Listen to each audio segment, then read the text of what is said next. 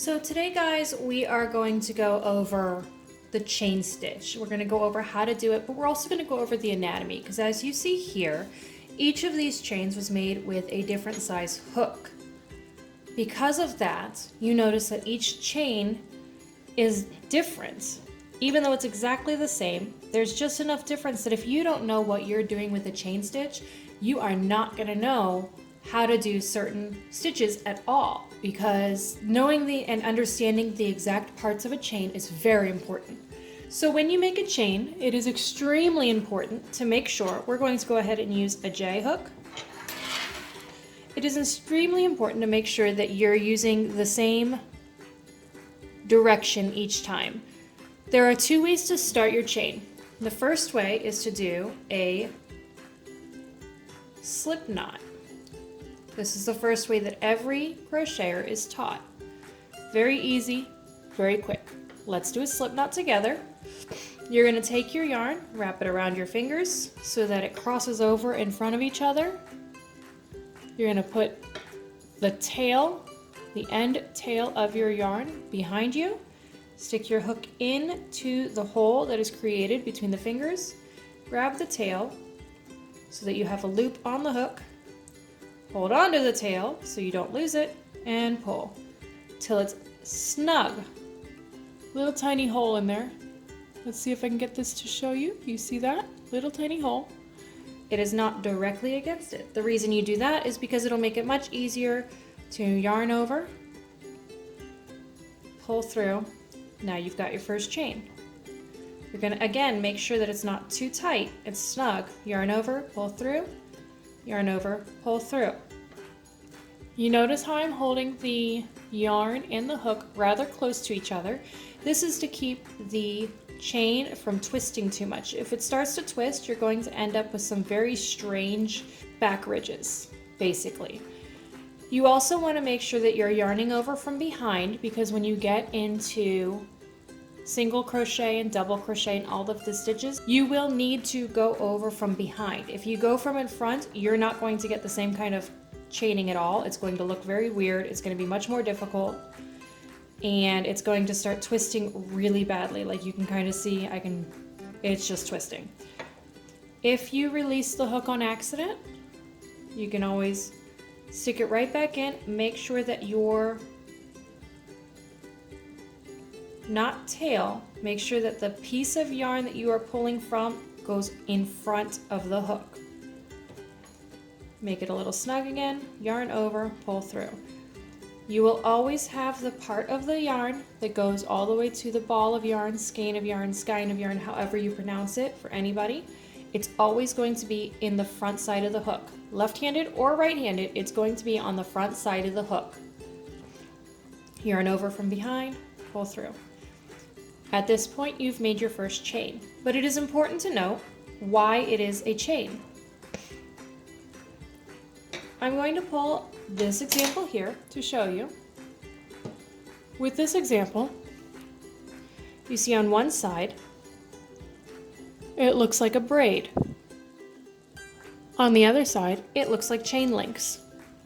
When they're this close together, it's a bit easier to see, but it's important to note that when you see the braid side, it's best to keep this side on the bottom of the project, because this gives you a sewing area. This gives you the end to look exactly like the beginning. This gives you the beginning to look like the end.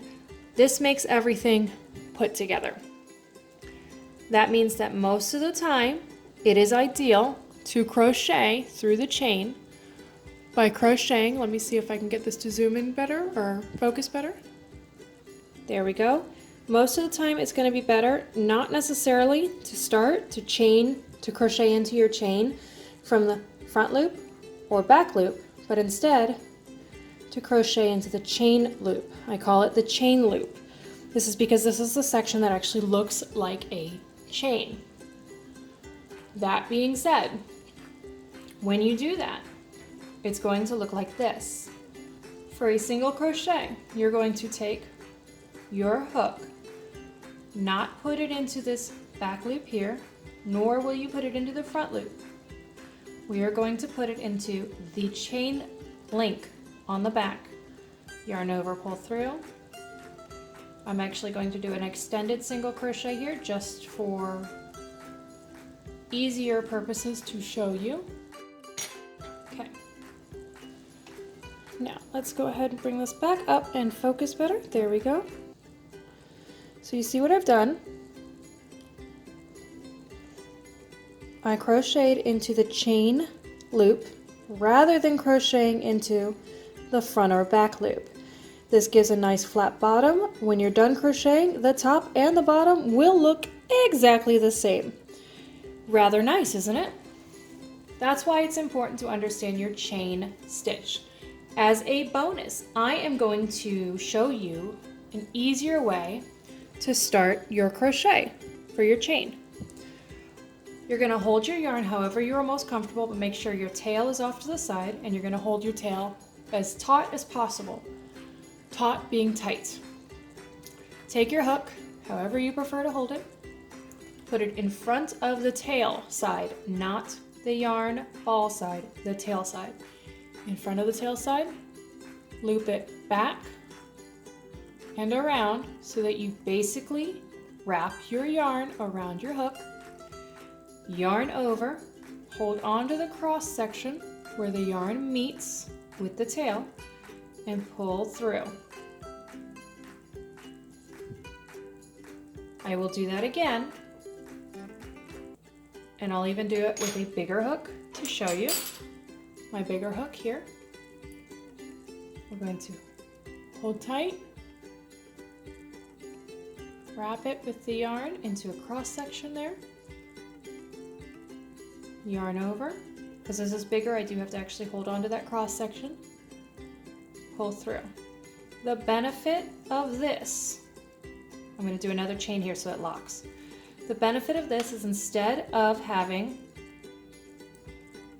I don't think any of my pieces here, there we go. Instead of having a knot at the end, you end up with a nice chain that's smooth. You can make that into a knot by pulling, but if you don't like having that little bump knot, all you have to do is wrap it around the hook, yarn over, pull through, and you have your first chain. No slip knot needed. So there we go.